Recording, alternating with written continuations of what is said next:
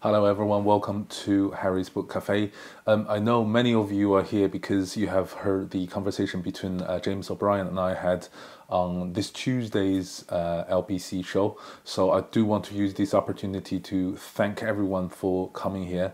I truly, from the bottom of my heart, really appreciate that you are subscribing to this channel and also watching my videos. So thank you so much. I think with today's febrile sort of political environment, a place like this where we talk nothing but books, I think is very nice place to have. That is good for all our mental health, I believe, and we can really indulge in the things that we truly love in life. I think that's perfect, and it's fantastic to have so many of you on board. It's just really great experience, so thank you so much. I know that many of you have already actually recommended books that I should read and recommend and review on this channel, so I will endeavor to do my ultimate best to read all those suggestions. And if you have suggestions that you would like to recommend it to me, once again, I will do my best to actually read them and review it here. So please leave them down in the comment section below. They are really, truly welcome. As I said in the other channels, I want this place to be not just I'm talking to you, but I want this to be a place where we can exchange ideas, and it's two-way street. So please do if you can. Anyway, so on with the show.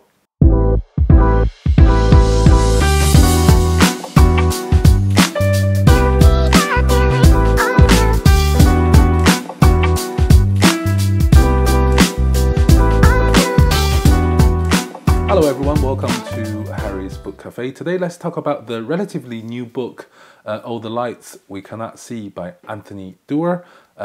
It's a book that has been also made into 4 parts Netflix series. I have watched the movies, I've also read the book, and here are some of my thoughts. It's a very interesting book. The book is actually based during the time of the Second World War, and the story is told predominantly from 2 main protagonists. We have a blind French girl named Marine, and we have a German boy, Werner. Although they live in the same period, their life experience is completely polarizing. The French girl, Marine, she lives a rather protected and privileged life. Although she's blind, but her disability wasn't too much of a big deal because of the gilded life that she was able to live in. Her dad was the master locksmith of a very prestigious museum in Paris, and she pretty much follows him every day to the museum, and because of this she was able to learn many things that the museum was able to exhibit. And all the professors and doctors located in the museum took care of her almost as if she was their own daughter and teaching her things that the museum was able to teach. So she grew up very knowledgeable. On the other hand, Werner, the German boy, he grew up in an orphanage, but also lucky for him, the matron there in the orphanage was actually a French woman with a very kind heart, and she started to teach all the orphans French, and Werner was one of them, and he was able to speak French fluently, which was quite important in the developing of the story. But apart from those 2 main characters, there was also a subplot of the story of a diamond called Sea of Flames. Now, this was a diamond, not only one of the largest, but also quite special, because in the middle of the diamond there are some red elements inside, and the diamond itself is blue, almost like a sapphire. So it feels like that there's a fire burning in the middle of the sea, and hence the name Sea of Flames. According to legend, that the diamond has a curse, and the curse is that whoever possesses the diamond will live forever, will gain immortality. However, those people around him or her who he or she loves will die and suffer before their death. So that's the stories of the diamond, and that forms a major part of the story itself, as we shall see. So the story sort of goes back and forth between Marine and Werner, between Germany and France. Werner was a very talented young boy. Mathematically, he's just incredibly gifted.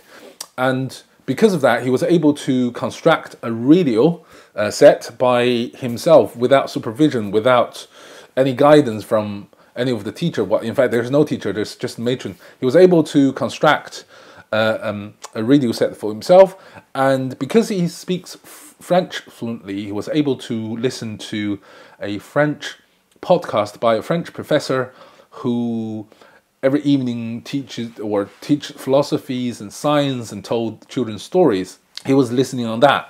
What he was doing, listening to foreign radio, was forbidden because of Nazi rule. So what he was doing was quite dangerous.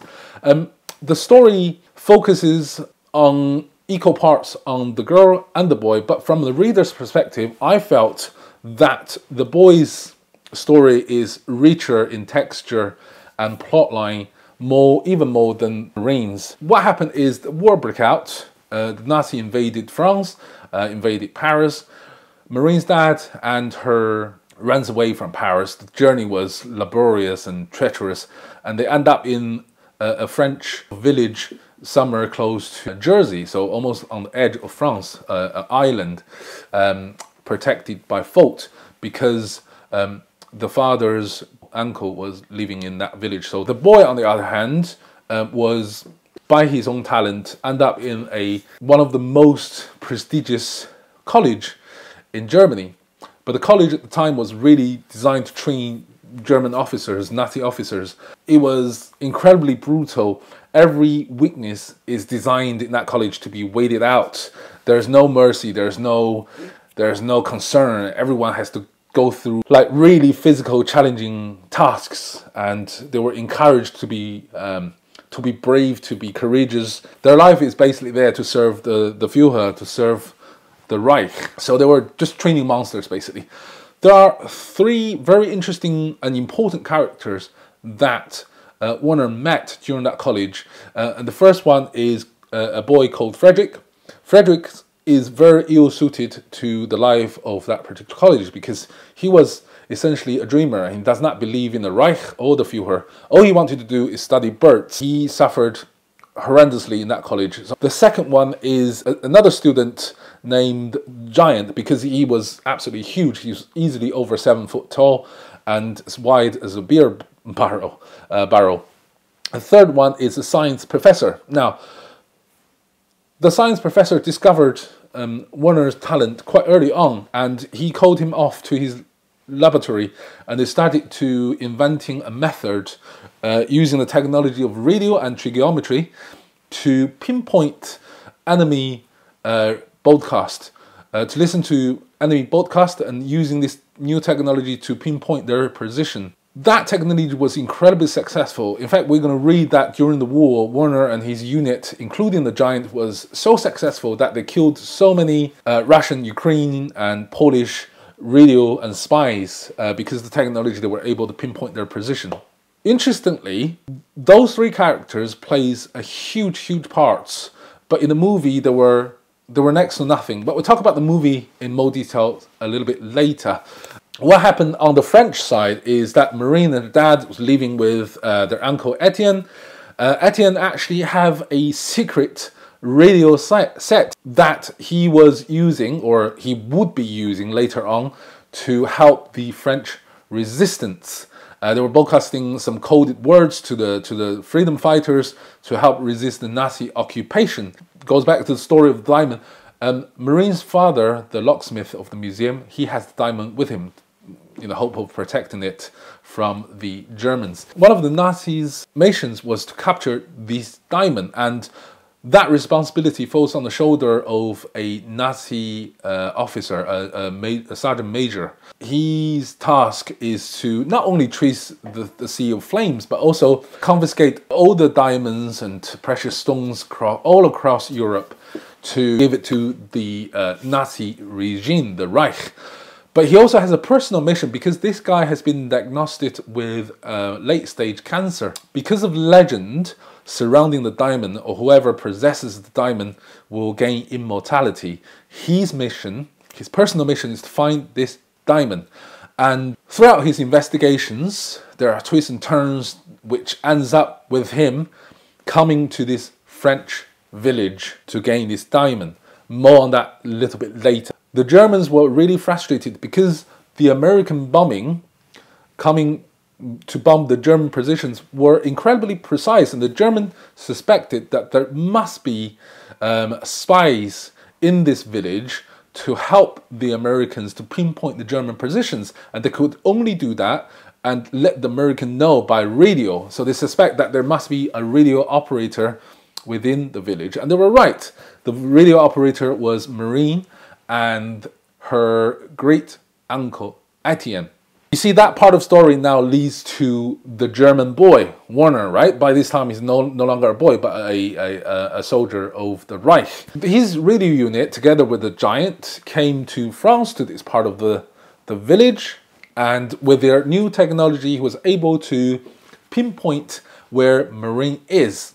But this is where the story twisted a little bit, because the moment Werner, the German radio genius, hears the voice of Marine and her pattern of speaking, it immediately reminds him of the professor.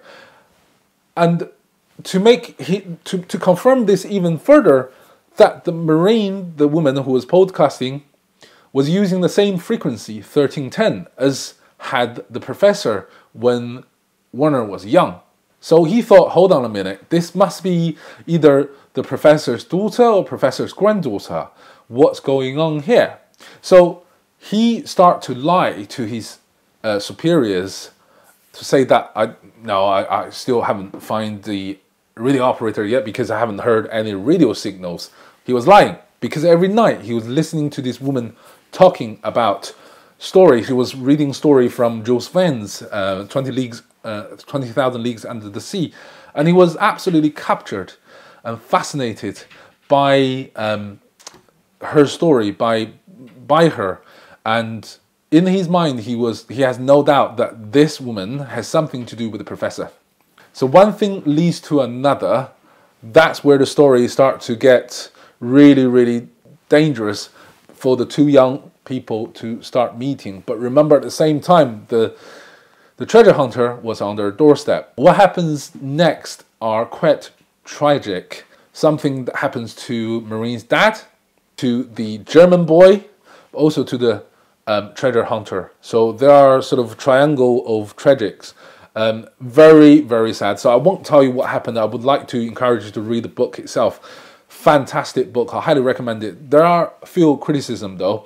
The first is that the timeline of the book jumps all the time. All right. So from 1944 to 1945 to 43 to 39, it jumps. So it can be a little bit confusing at time. The other criticism is that the chapters are so short. There are, and I kid you not, there are literally so many chapters that are shorter than a page long. So you're looking at 3 or 4 paragraphs, and that's a chapter. And you jump to the next chapter, and it tells a story from a different person's perspective. It can be a little bit disjointing, especially from my perspective, because your mileage might very well be different to mine. But I just find that when I try to get a long chunk of the story, follow one single storyline for a long period of time, it is almost impossible because of the jumping of the chapters. The last criticism is that the broadcasting of the radio broadcast in France it was illegal, especially under the German occupation. I don't get that, or I didn't get that sense of nerve-wracking uneasiness when I'm reading that book. It reminds me somewhat of the Half of Yellow Sun, and that was about the Nigerian Civil War. And when the war broke out, that sense of uneasiness was almost touchable, physical, probable. You know, you really do feel fear for the characters. Here, I don't get that fear. There's no, it wasn't tense. It wasn't tense at all. So I think that's opportunity missed, that part. It is a little bit, it's a big book. It's around about 560 pages. I think it really should cut by one third. It's a little bit too long. But the redeeming factors of this book is just the pauses of of the sentences, the words, the structures are so beautifully written. The words are so carefully selected that the overall sentences are lyrical, like poem. They are beautifully done. I think that's really a good redeeming factors for the book. Now moving on to the Netflix series. It follows the story of the novel somewhat, but especially towards the end, the two stories really start to diverge. The movie added a lot more parts and omitted a lot of parts. Remember the three characters I was telling you that was so important to the development of the characters of Warner, the Professor, the Giant, and Fredericks? They did not feature in the movie, or if they did feature, very tiny parts as to be inconsequential. It also changed many parts of the storyline. It gives certainty to where ambiguity happens in the novel. So for instance, to Marine's dad, regarding to him, he plays a rather major parts in the movie, and he was given lots and lots of certainty as to what happened to him, whereas ambiguity was the name of the game in the novel itself, which I can completely understand. There's no bad or good. The stories, the changes are really overall inconsequential to the overall development of the story. I think both are really well done. I do recommend the book, so please do read the book, just purely for the writing style. It is beautifully done. I do also recommend the Netflix series because cinematically speaking, it is fantastic, especially watching in 4K. It's just beautiful experience. All the characters are really well rounded off, really well played. Especially, and I hate to say this, especially the treasure hunting Nazi Gestapo guy in the movie. He was played really vividly. I think his expression, his frustration, his cowardice, and his cruelty was portrayed to perfection. You need to watch the series to understand what I'm saying. Just pay special attention to the treasure hunter. It was really well done. The characters in the book, again, they are really well rounded off. Every single one of them, from the tiniest, from the most insignificant to the most significant, are all multifaceted, really well developed. But yeah, that is my thoughts on the movie and the book. They both fantastic. But anyway, guys, that's the end of this episode. I do hope you have enjoyed it. Friends from LBC, once again, welcome to my channel, and I hope you enjoyed the video, and I'll see you soon next time. Cheerio.